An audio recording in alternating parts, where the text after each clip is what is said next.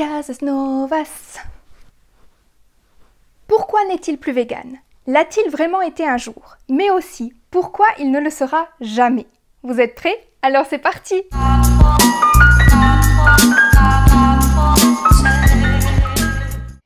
La justice a ouvert une enquête en son encontre pour mise en danger d'autrui. C'est la personnalité la plus signalée du web. Selon les autorités, il est devenu la figure la plus emblématique des nouvelles tendances sectaires. Des personnes ont été hospitalisées après avoir suivi ses conseils. Qu'on l'adore ou qu'on le déteste, Thierry Casasnovas est devenu incontournable dans les milieux alternatifs de la santé. Alors attention, il n'est pas naturopathe, il n'a pas de formation. Et pas facile de s'y retrouver dans son discours qui mêle une part de vérité avec une part de marketing. Un discours bien achalandé de façon à détourner notre attention et nous manipuler. Ça s'appelle le gaslighting ou détournement cognitif. Il s'est d'ailleurs lancé en politique puisqu'il est conseiller municipal de son village. Dans cette vidéo, je vais vous parler de ce grand gourou des temps modernes et analyser son parcours et son discours sur le végétalisme. Lorsque je regarde ces vidéos, j'aurai envie de les commenter une à une pour démontrer l'incohérence de ses propos. Mais ça me prendrait évidemment beaucoup trop de temps. Donc on va s'arrêter aujourd'hui au sujet du véganisme. Par contre, je me suis vraiment fait mal aux oreilles en l'écoutant. Les techniques d'enfumage qu'il utilise pour nous embrouiller l'esprit sont impressionnantes. Il va faire des parallèles complètement fous en comparant par exemple la Seconde Guerre mondiale et l'idéologie nazie avec les véganes. Il va même jusqu'à comparer les véganes à la jeunesse hitlérienne qui dénonçait leurs propres parents. Utiliser le nazisme comme comparaison avec les végétaliens. C'est un peu poussé, non? Parce que oui, il faut savoir que Thierry dénigre énormément le mouvement vegan, ainsi que ses membres. C'est presque un combat pour lui. D'ailleurs, il le dit dans ses vidéos. Rien que le mot véganisme lui écorche les oreilles. Bizarre, non, pour une personne qui se nourrissait à une époque presque uniquement de jus de légumes. Mais les véganes, pour lui, c'est avant tout des personnes qui choisissent mal leur combat, qui se restreignent à la seule cause animale, plutôt que de lutter pour l'ensemble des problèmes planétaires. Apparemment, Thierry est un surhomme qui arrive de son seul être à œuvrer sur l'ensemble des catastrophes planétaires. Nous, pauvres hommes lambda, on essaye de prendre le problème par un bout, à savoir la production et la consommation de produits animaux. Et mine de rien, avec ce seul petit combat, nous avons l'ambition d'améliorer la santé des gens, l'écologie et le bien-être animal. Nous pensons que devenir vegan, c'est aussi ouvrir son esprit et développer sa sensibilité, c'est devenir moins belliqueux et agressif les uns envers les autres, sortir de la dissonance cognitive et cesser d'être dans le déni de responsabilité. Arrêter de manger des produits animaux, c'est également arrêter de manger les hormones naturellement produites par les animaux, qui ont des conséquences sur nos niveaux d'humeur, puisque nous aussi, nous sommes des animaux. Venons-en au parcours de Thierry dans le végétalisme. Ancien toxico et alcoolique, sa santé se dégrade et il décide de se tourner vers le végétalisme pour soigner son corps et son esprit. Selon ses dires, il allait de plus en plus mal sur ce mode d'alimentation. Il s'essaye ensuite au crudivorisme, mais toujours pas d'amélioration. Il va même souffrir d'abcès qui seront soignés par une antibiothérapie qui va saccager son organisme. Il va donc encore une fois changer de méthode et se lancer dans l'alimentation vivante qui correspond à sa phase extracteur de jus et éviction du sucre. Il va descendre jusqu'à 40 kg. Normal, me direz-vous, sur un régime composé de jus de légumes. Son corps va dire stop. Il crie famine et il va développer une tuberculose couplée d'une atteinte hépatique, certainement due à son passé de toxico-alcoolique, car les médicaments et l'alcool détruisent le foie. J'en parle dans ma vidéo sur la maladie du foie gras que je vous mets dans le petit juste ici au-dessus et en description. Il va descendre jusqu'à 30 kg et va alors se tourner vers Guy-Claude Burger, je ne sais pas comment on prononce, condamné pour escroquerie, exercice illégal de la médecine, abus sexuels, agression sexuelle et viol sur mineurs de moins de 15 ans. Juste ça. Sa méthode, l'instinctivorisme, consiste à manger ce dont on a envie sur le moment. Il va se tourner vers la viande crue. Et selon lui, c'est ce qui l'a guéri. Évidemment, son corps appelait à la calorie à tout prix pour éviter de mourir. À ce moment précis, son corps se fiche de savoir quelle source calorique est bonne ou mauvaise pour lui. Il veut juste survivre à 30 kilos. Mais une fois qu'il a fini cette période de survie où son corps affamé mangeait n'importe quoi pour ne pas mourir, il s'est vite rendu compte que son corps digérait de moins en moins la viande. Normal. Pendant tout ce temps, Thierry vit en marge de la société et s'ennuie beaucoup dans son existence qui n'a pas de but. Et il va donc lancer son business à base d'extracteurs de jus, de compléments alimentaires, de stages, de trampolines et bien d'autres. Partant de cette histoire, on pourrait croire que le végétalisme ne lui a pas convenu et donc que ce mode d'alimentation ne peut pas vous guérir. Je suis végétalienne et pourtant je ne pèse pas 30 kilos. Alors, quelle erreur a fait Thierry pour échouer sur ce mode d'alimentation? Eh bien, il ne mangeait tout simplement pas assez. Il avait une phobie du sucre et des glucides. Pourtant, le glucose, c'est l'énergie vitale de notre corps, que ce soit de nos muscles, mais également de notre cerveau et de l'ensemble de nos cellules. Sans énergie, notre corps ne pourra pas mettre en œuvre les processus de guérison. Tout fonctionne à l'énergie sur notre planète. Sans eau et sans lumière, pas de plantes. Sans bois, pas de feu. Sans benzine, dans une voiture, pas de déplacement. C'est juste la base.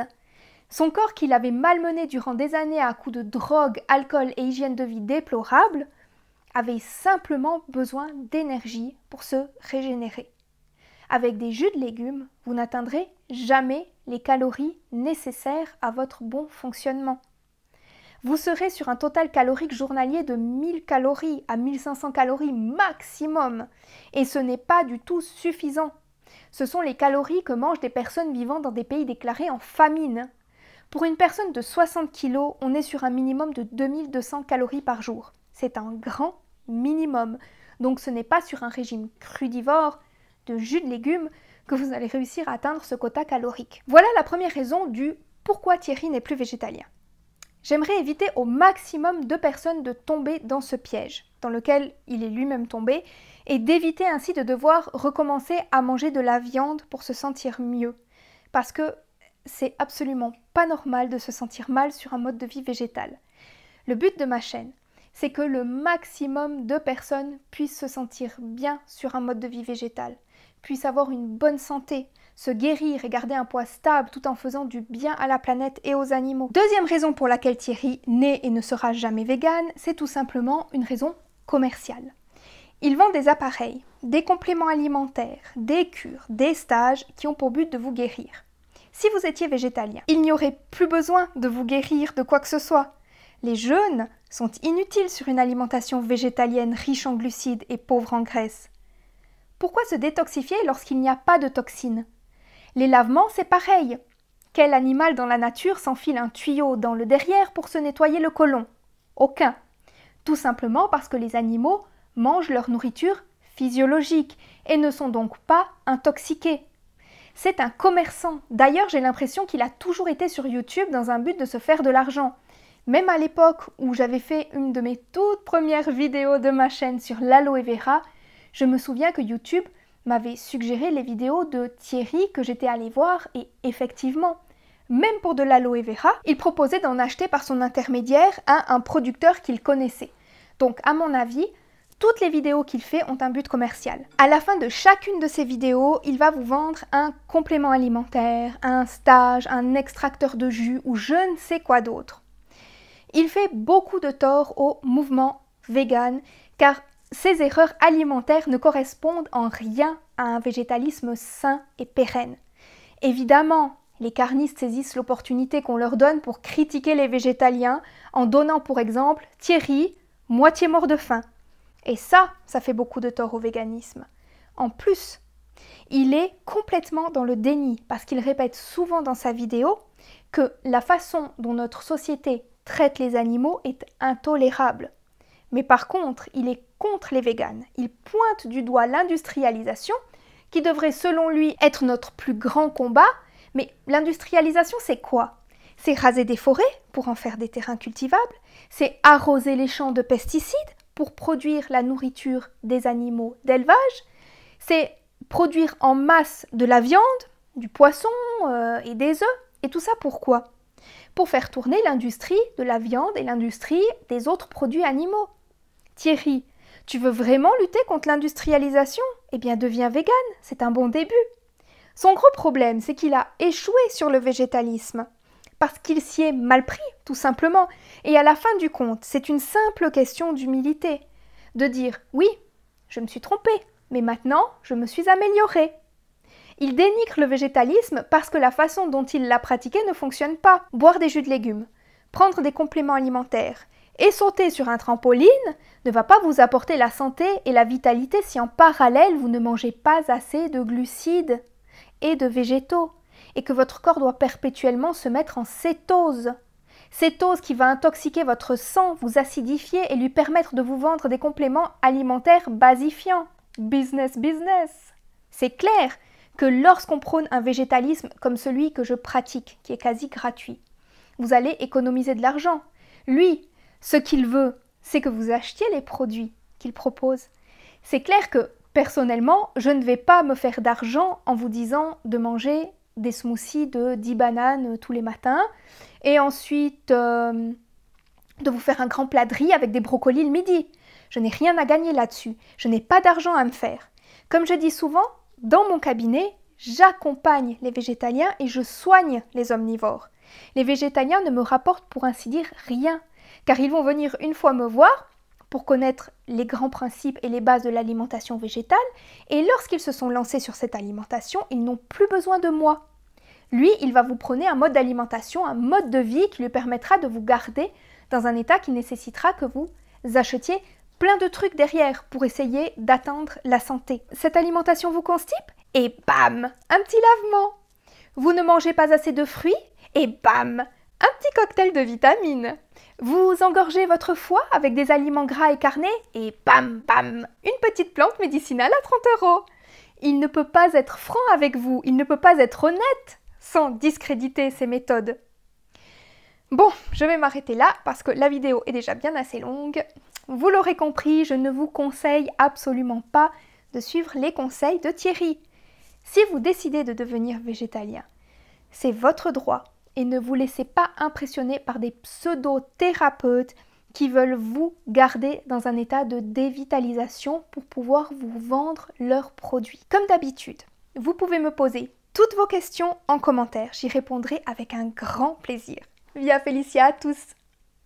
Vous avez vu, je me suis coupé les cheveux et je me suis fait une frange. J'en avais marre des cheveux longs. Ça fait du bien le changement. Qu'est-ce que vous en pensez? Préfériez avec les longs cheveux ou comme ça?